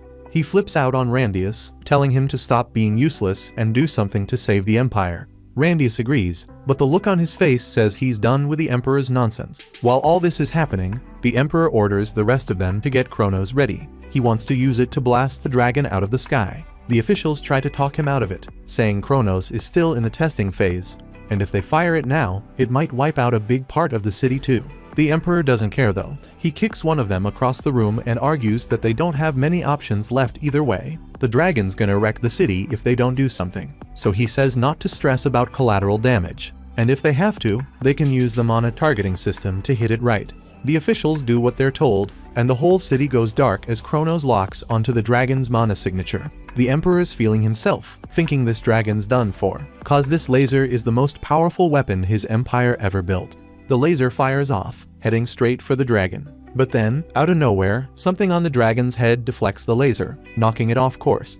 The emperor's in shock, can't believe what's happening. And now, since they used the mana tracking settings, the laser's aiming right for the empire's mana generators. Without those, the empire's wide open with no defense. The emperor, true to form, starts blaming the officials, even though he's the one who gave the order to fire. But that's the last straw for the officials. They all quit right then and there, fed up with his nonsense. The emperor's left standing alone, watching as everything he built burns down around him. A few moments before all this, the group was riding in on the dragon, and Nor suddenly felt something coming. This new laser was way stronger than the last one, and there wasn't enough time to dodge it. So, Nor jumped out front and deflected the blast.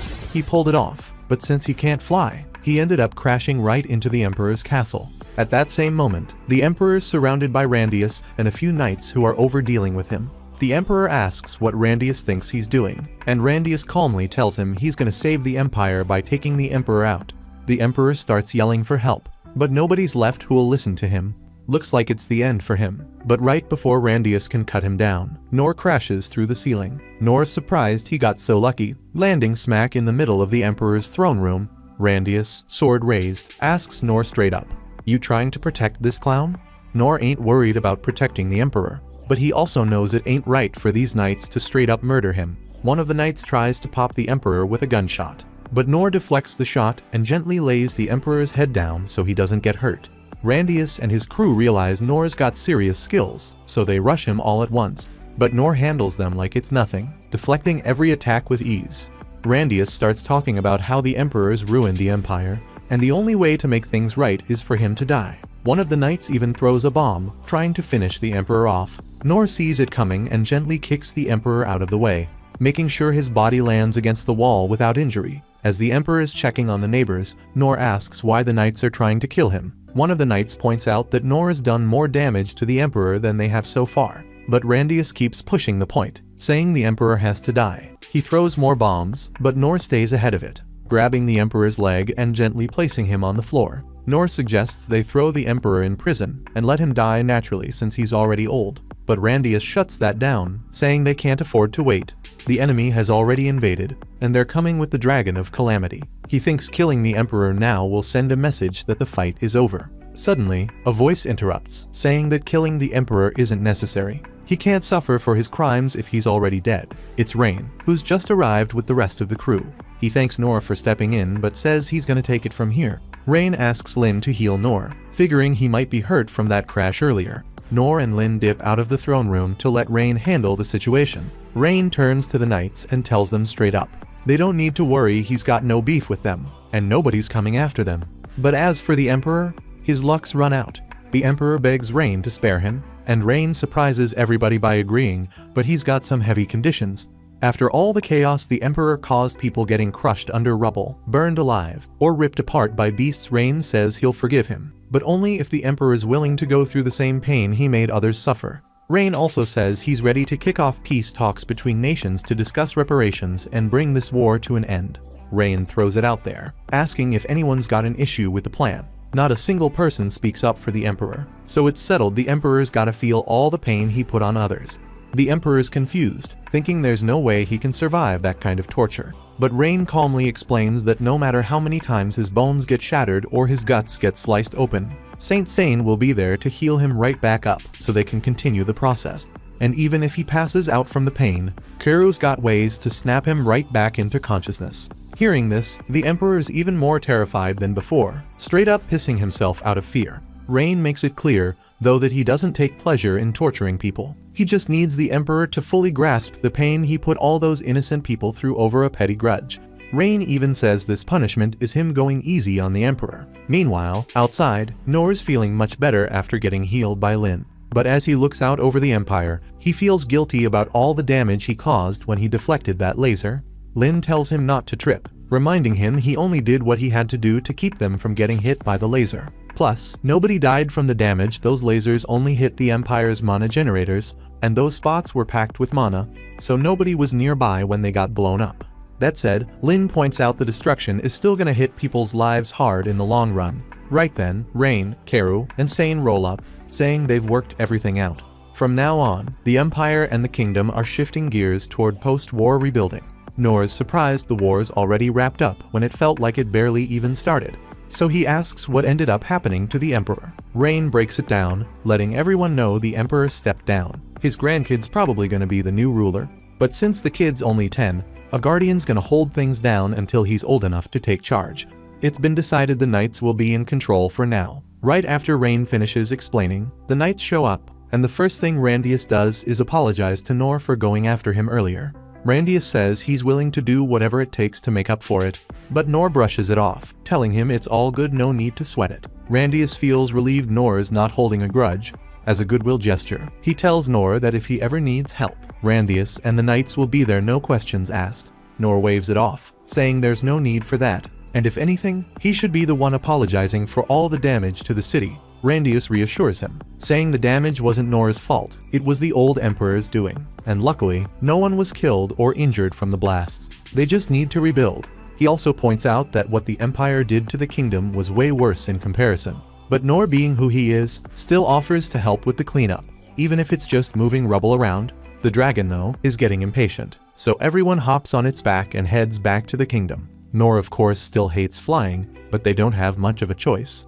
When they get back, they're greeted by the king, who immediately apologizes to Rain for making him handle all the peace talks by himself. The king wants to hear all the details later, but first, he insists on thanking their savior. Rain agrees, saying Nor basically saved the whole capital on his own and deserves a proper reward.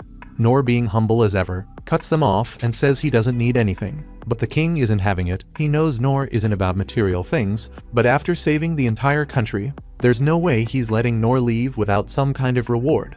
Nor gets that it's normal to get a reward after what he did, but he can't think of anything he really wants for himself. Then, he glances down at Rollo and says there is one thing he'd like the king to do for him. The king is glad to finally hear Nor make a request, so he asks what it is. Nor tells him that he wants Rollo, a demon folk kid with no home after being abandoned, to be taken care of. Nor explains that Rollo deserves to live in the capital as a regular citizen. Nor had thought about taking Rollo in himself, but he lives too simple a life. Rollo would be way better off being looked after by a family with means. Nor suggests that if the king could hook Rollo up with some land and a home, that would be enough. The king understands Nor's request, but here's the problem. The holy theocracy of Mitra has labeled all demon folk as enemies. If the king accepts Rollo as a citizen, it's gonna stir up trouble with Mitra. The king's about to ask Nor if he can think of something else, but Nor cuts him off, saying he doesn't need anything else but to make sure Rollo's safe. Nor tells him that if he's planning on offering something different, the king should use those resources for rebuilding the kingdom instead. The king, surprised by Nor's persistence, can't help but laugh. Rollo, looking up at Nor, flashes back to when he almost got killed by that frog dragon.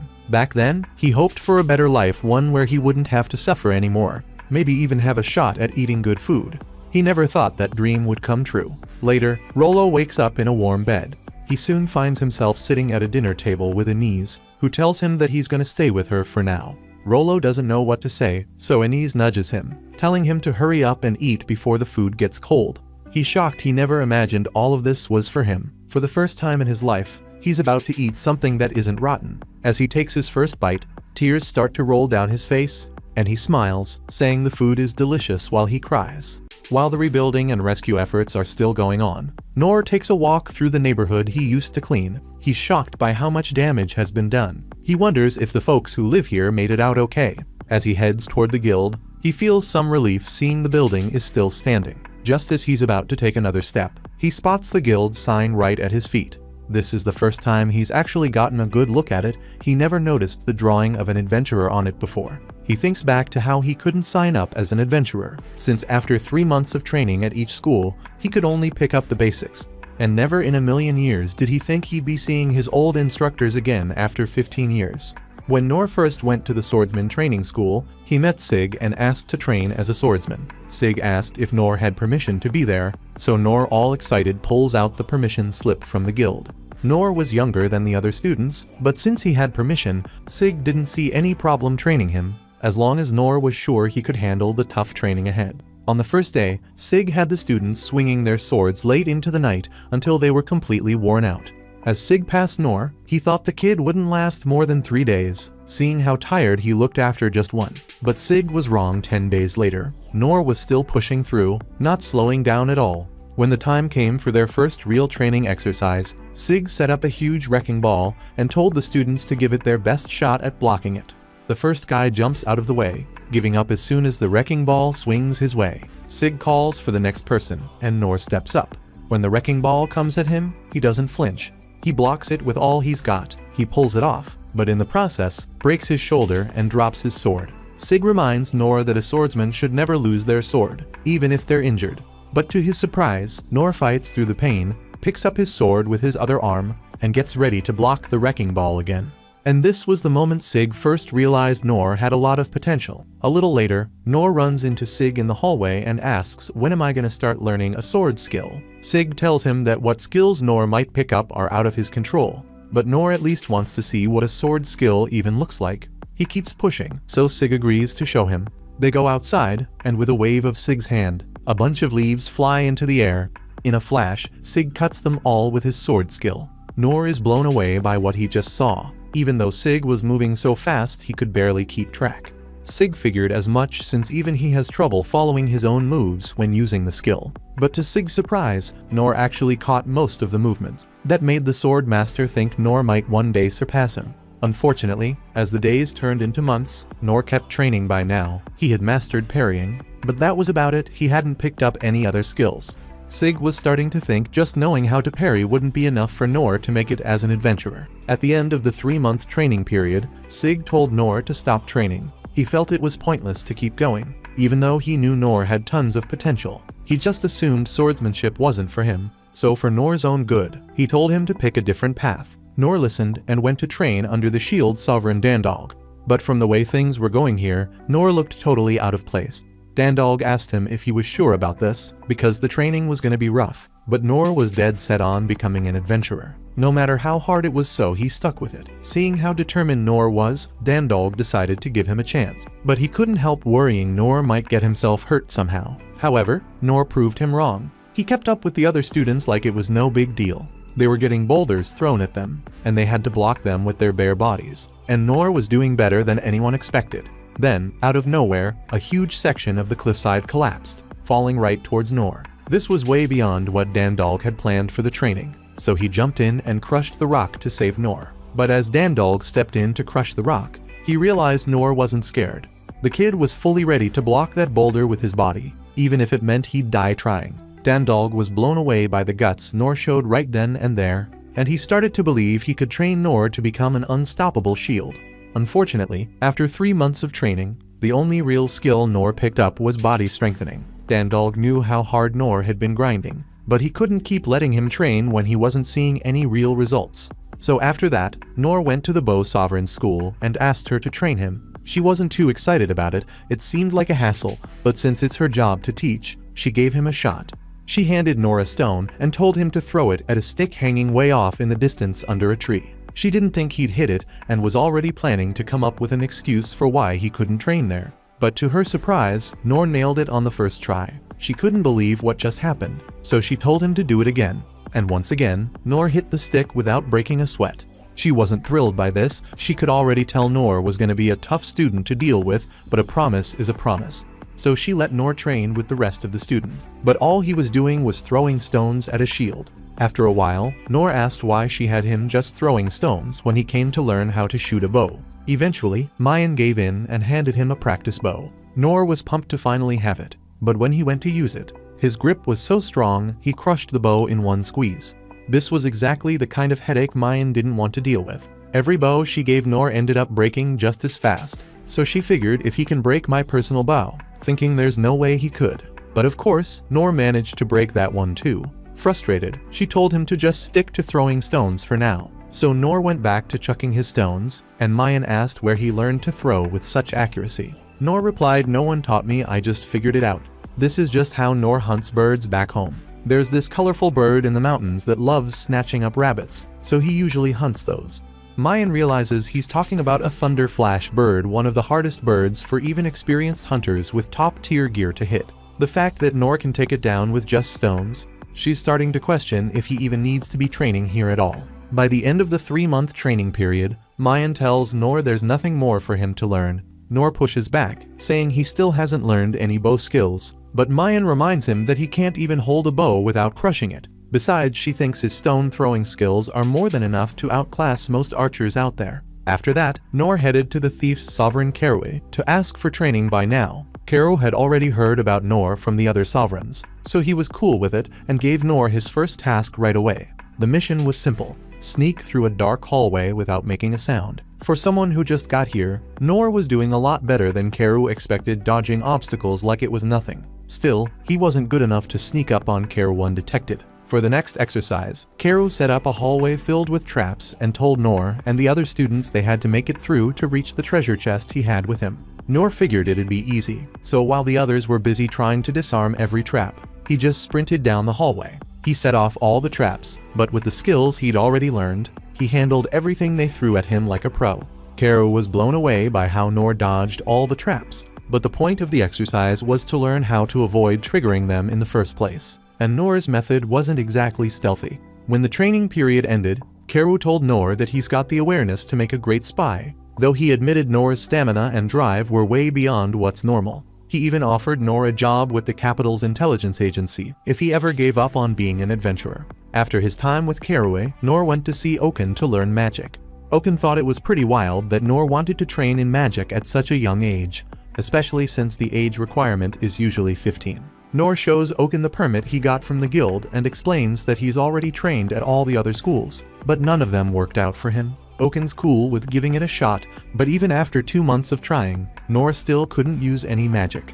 Orphan starts thinking Nor might not have been born with mana flowing in his body, and if that's the case, the only way to fix it would be to put him in the mana resonance pod. Nor's down for whatever it takes, so Orphan agrees but warns him to get out as soon as it feels too intense. Being in there can be pretty dangerous. A couple days later, Orphan hears that Nor's still inside the pod and hasn't come out once. Now Orphan's freaking out because the pod cranks up all your senses, and staying in there for days could have killed Nor. But when Orphan rushes to the pod, expecting the worst, he finds Nor just sitting there meditating. Nor even kicks him out, saying he's close to a breakthrough. After a full month in the pod, Nor only manages to learn a tiny flame spell. But since he didn't have any mana before, Orphan is impressed he can use magic at all. Then Nor casts a second tiny flame spell, and Orphan's jaw drops Nor's dual casting, something that took Orphan 50 years to figure out. Still, it's not going to help Nor become an adventurer, so he's frustrated. Orphan feels bad that Nor couldn't learn anything more useful because with his level of talent, he could have been the world's greatest mage if he just had more mana from the start. There's only one place left for Nor to try, so he heads to Sane's training school and asks to be trained. But Sane shuts him down, saying only people who had the rite of passage at birth can train there. Nor tells him straight up he's not leaving until Sane agrees to train him. Sane calls his bluff and walks away, but days later, Nor is still there, standing in the cold, looking like he's ready to die out there if he has to. Eventually, Noor straight up collapses, so Sane finally gives in and says he'll let Noor join his training while he helps heal him up. But Sane makes it crystal clear to Noor that there's no guarantee he'll actually pick up any real skills from it. By the time training wraps up, Noor manages to learn the low heal skill, and Sane's shook cause that skill's supposed to be impossible to get unless you go through the rite of passage as a kid. Even though Noor pulled off the impossible, the low heal skill isn't even recognized by the Adventurers Guild, so it ain't gonna help him become an adventurer. Once again, Noor's left disappointed, but he still thanks Sane for all his help. A couple days later, Sane hears that Noor dipped out from the capital, so he and the other sovereigns call a meeting. They all agree Noor's a special kid, and after swapping stories about his setbacks, they all come to the same conclusion. If they train him together, Noor's gonna be a legend one day, so they set out to find him. Fast forward to the present, Noor rolls into the guild to return something to the guild master, who's hyped to see Noor alive and kicking. Little does he know, Noor Loki saved the whole city. The guild master tells Noor there's a job for him, since the city's gotta be rebuilt, and Noor already figured that was coming, so he heads out and jumps into the rebuilding work. The next morning, Noor spots Lin handing out supplies. When she sees him, she runs over all smiles and thanks him for his help the day before and for pitching in with the restoration. Noor's been grinding hard, so Lin hooks him up with a loaf of bread and tells him not to push himself too much. She gets back to work, and Noor's grateful to have folks like her around. Now that he's had something to eat, he's feeling a lot better. He lifts up his sword, admiring how sturdy it is. Since it's come through for him recently, he thinks it'd be way more useful in the hands of a real adventurer. But for now, he's using it to help the people around him, whether that's handling small tasks or using his skills to protect folks from danger.